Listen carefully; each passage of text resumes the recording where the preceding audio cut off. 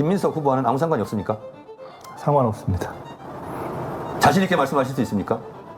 정청래 후보가 자신 있으시면 자신 있게 근거를 대십시오. 아니. 그런 식으로 말씀하지 마시고요. 그런 식이 아니라요. 정청래 후보가 그런 식으로 많은 부분들이 유언비어 의심을 정치를 하고 하면 안 있고 되죠. 그런데 유언비어 정치를 하지 마십시오. 이현주 텔레그램과는 본인과는 전혀 무관합니까?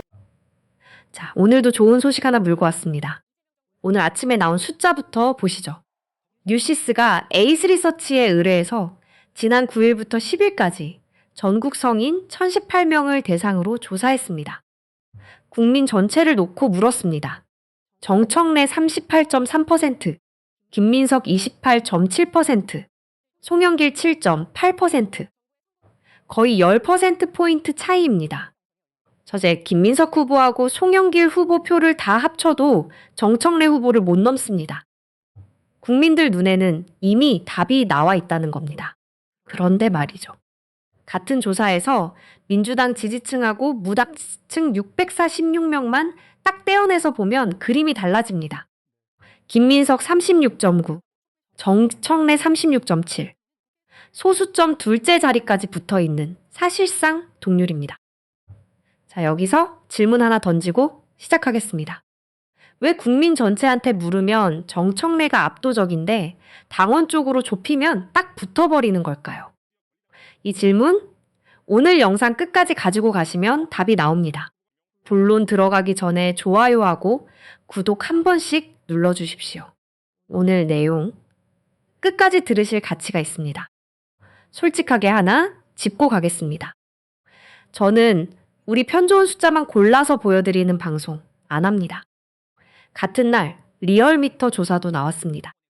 민주당 지지층과 무당층 2003명 대상인데 김민석 46.8, 정청래 35.2, 호남만 보면 김민석 57.7, 정청래 28.2입니다.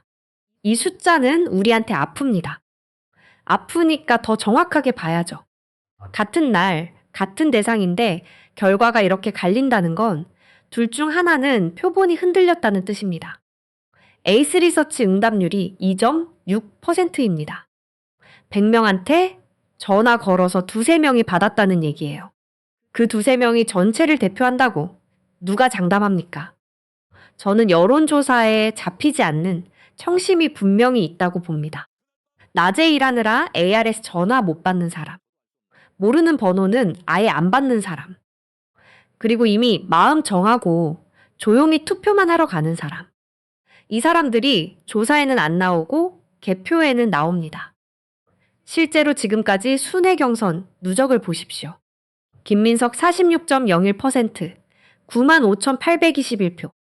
정청래 44.53%, 92,735표. 차이가 3,086표, 1.48%포인트입니다. 여론조사에서는 몇 %포인트씩 벌어졌다는 곳도 있었는데 실제 표는 3,000표 차이예요. 당원들 손이 여론조사보다 훨씬 매서웠다는 겁니다. 그리고 하나 더, 이건 꼭 기억하셔야 합니다. 선호투표제 때문에 송영길 후보, 지지자들의 2순위 표가 재배분됩니다. 에이스 리서치 조사에서 송영길 후보를 1순위로 꼽은 응답자의 2순위는 김민석 65%, 정청래 18.2%였습니다. 무슨 뜻입니까? 1차에서 50%를 못 넘기면 그 다음 계산에서 우리가 불리하다는 뜻입니다. 그러니까 오늘 호남에서 내일 서울 경기에서 애매하게 이기면 안 됩니다. 확실하게 이겨야 됩니다. 자, 이제 오늘의 본론입니다. 왜 국민조사에서는 정청래인데 당원 조사에서는 붙어 있느냐? 저는 그 답의 상당 부분이 지난 일주일 동안 벌어진 이 사건에 있다고 봅니다. 서미화 최고위원 후보 이야기입니다. 지난 8월 6일이었습니다. YTN 라디오 장성철의 뉴스 명당에 서미화 후보가 나왔습니다. 정청래 후보가 단일 종목 레버리지 ETF 문제를 두고 당시 국무총리였던 김민석 후보의 책임을 거론했죠.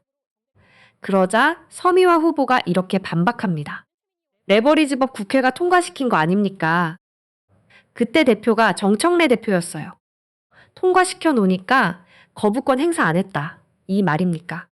자, 전국 방송입니다. 현역 국회의원이 라디오에서 전 국민한테 한 말입니다. 그런데 이게 사실입니까? 아닙니다. 단일 종목 레버리지 ETF는 법률 개정으로 도입된 게 아닙니다. 시행령하고 금융위원회 규정 개정으로 도입됐습니다. 절차를 그대로 읽어드릴게요. 1월 30일부터 3월 11일까지 입법 예고와 규정 변경 예고, 그 다음에 부처협의 영향평가, 법제처 심사, 그리고 4월 15일 금융위원회, 4월 16일 차관회의, 4월 21일 국무회의. 이게 전부입니다. 국회 본회의 표결 어디에도 없습니다. 자, 여러분, 국회에서 시행령을 의결하는 나라가 지구상에 어디 있습니까?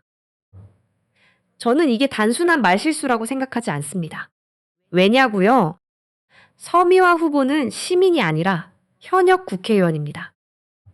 법률과 시행령의 차이를 모른다는 건 국회의원으로서 말이 안 됩니다. 그럼 알고도 말한 겁니까? 모르고 말한 겁니까? 어느 쪽이어도 문제예요.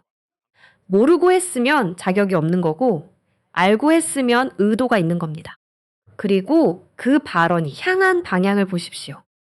국무회의를 통과시킨 쪽의 책임을 그때 당대표였던 사람 책임으로 뒤집어 씌우는 방향이었습니다. 경선 한복판에서요. 당내에서도 그냥 넘어가지 않았습니다. 8일 인천 남동체육관 합동연설회에서 한민수 최고위원 후보가 공개적으로 이렇게 말합니다. 여기 국회의원 많이 계신데 우리가 그런 법 통과시킨 적 있습니까? ETF는 시행령으로 시행됐습니다. 국회의원이 법률과 시행령도 구분 못합니까?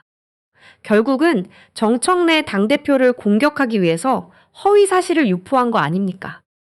사과하셔야죠. 같은 당 최고위원 후보가 당원들 앞에서 공개 사과를 요구한 겁니다. 저는 그 자리에서 서미화 후보가 딱 한마디만 했으면 됐다고 봅니다. 제가 잘못 알았습니다. 죄송합니다. 그 한마디면 끝날 일이었어요. 그런데 어떻게 됐습니까?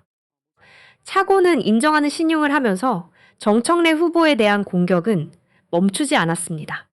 사과는 없고 공격만 남았습니다. 그 뒤에 벌어진 일이 바로 시민단체 고발입니다. 적폐청산 국민참여연대 등에서 정당법 제52조 2항 낙선 목적 허위사실 공표 혐의로 서미화 후보를 고발했습니다. 자, 여기서 저는 조심스럽게 말씀드리겠습니다. 고발이 됐다는 것과 처벌이 확정됐다는 건 전혀 다른 얘기입니다. 지금 인터넷 일부에서 의원직 박탈이다, 이렇게 단정하는 글들이 돌던데 저는 거기까지는 말 못하겠습니다. 그건 수사기관과 법원이 판단할 문제니까요. 다만 이건 분명합니다. 현역 국회의원이 경선 기간에 사실과 다른 내용을 방송에서 말했고 그 결과 고발장이 접수됐습니다. 당원들이 화가 난 지점은 처벌 수위가 아니에요. 태도입니다. 틀렸으면 인정하면 되는데 왜 끝까지 안 하느냐. 축제가 돼야 할 전당대회를 왜 혐오와 분열의 장으로 끌고 가느냐. 그리고 지금 리얼미터 최고위원 조사에서 서미화 후보 14.8%로 3위권입니다. 그 지지율, 이 사건 이후에 당원들이 다시 계산하고 있다는 거.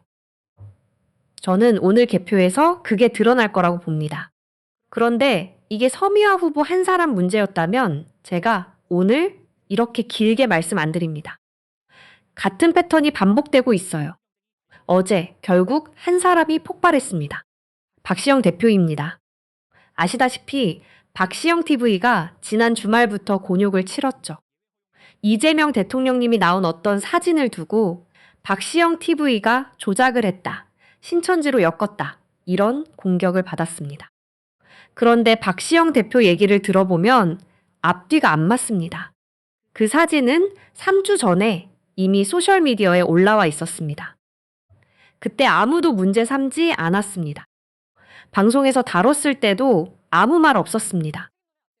다른 매체에 사진들이 여러 장 떴을 때도 조용했습니다.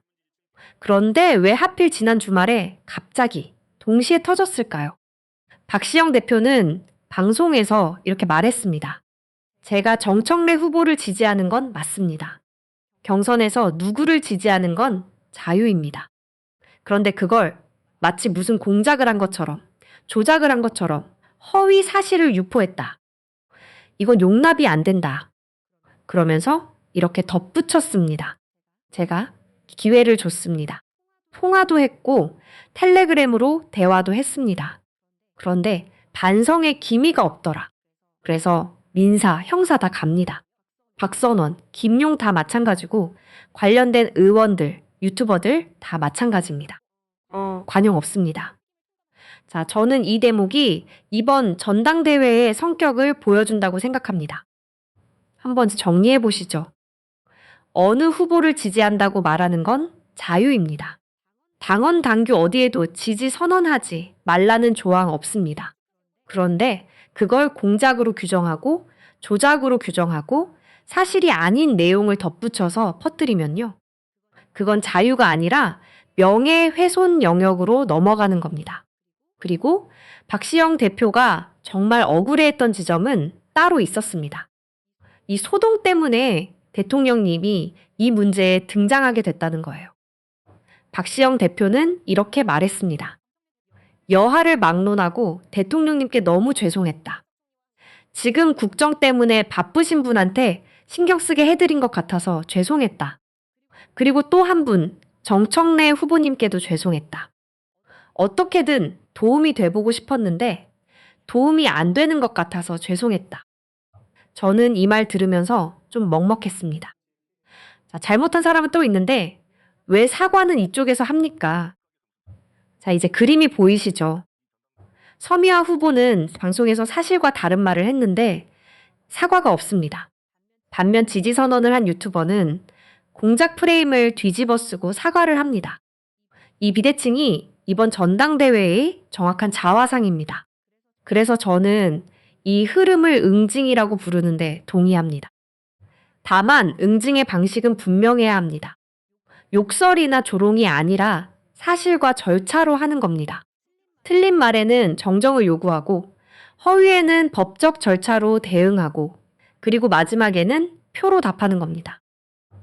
가장 무서운 응징이 뭔지 아십니까? 표입니다. 고발장보다 무섭고 고소장보다 무섭습니다. 그리고 어제 하나 더 있었습니다. 추미애 의원의 발언입니다. 저는 이 발언의 결이 중요하다고 봅니다. 친명이냐 반명이냐 그 프레임이 아니었어요. 정확하게 친석계를 겨냥한 발언이었습니다. 지난 1년 우리 당의 대표 개혁 과제가 검찰 개혁이었는데 개혁 대상들을 모아서 TF를 꾸리고 개혁 프로세스를 지체시키고 보안수사 여론전이나 시도하는 자세로는 나머지 개혁을 기대하기 어렵다. 이 말은 결국 이 뜻입니다. 개혁을 완수하려면 그에 걸맞은 일꾼을 뽑아야 한다. 그래서 정청래가 적격이다.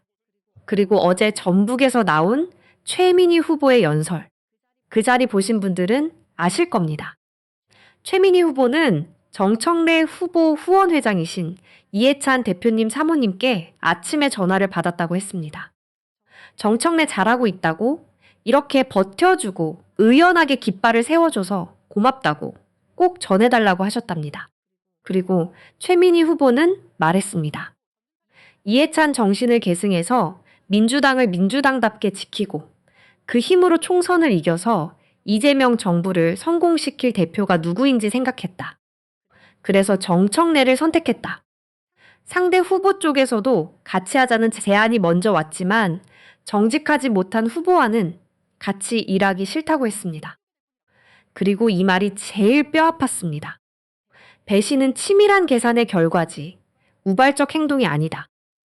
기회주의자에게 의원 한 자리는 줄 수 있어도 절대 지도자로는 못 모시겠다. 자, 여러분, 이게 이번 전당대회의 본질입니다. 지금 우리가 뽑는 자리는 국무총리를 뽑는 자리가 아닙니다. 정부와는 별개로 민주당의 정신에 가장 걸맞은 대표를 뽑는 자리입니다. 그리고 오늘 드디어 호남이 답할 차례가 왔습니다. 호남 권리당원 투표가 오늘 11일부터 14일까지 진행됩니다. 서울과 경기는 내일 12일부터 15일까지입니다. 호남 권리당원이 약 51만 명, 서울 경기가 약 59만 명. 둘을 합치면 전체 권리당원의 71.2%입니다. 지금까지 벌어진 3,086표는 이 110만 명 앞에서는 아무것도 아닙니다. 얼마든지 뒤집힙니다. 그런데 딱 하나 조건이 있습니다. 투표를 해야 뒤집힙니다. 안 하면 안 뒤집힙니다. 그래서 오늘 부탁드립니다. 지금 이 영상 보시고 끝내지 마시고 전화 한 통이라도 더 돌려주십시오. 친구한테, 가족한테, 같이 당원 가입한 사람한테 메시지 하나만 보내주십시오. 여러분, 오늘 여러분의 한 표가 내일 서울과 경기로 넘어갑니다. 호남이 흔들리지 않으면 수도권도 흔들리지 않습니다. 마지막으로 여러분께 묻고 싶습니다. 틀린 말을 하고도 사과하지 않는 사람들과 지지했다는 이유만으로 공작 소리를 들으며 사과하는 사람들. 여러분이 보시기에 지금 민주당의 중심은 어디에 있어야 합니까? 댓글로 여러분 생각을 남겨주십시오. 저는 하나하나 다 읽습니다. 오늘도 끝까지 함께 해주셔서 고맙습니다. 좋아요와 구독은 큰 힘이 됩니다. 호남 개표 결과 나오는 대로 다음 영상에서 바로 정리해서 찾아뵙겠습니다. 감사합니다.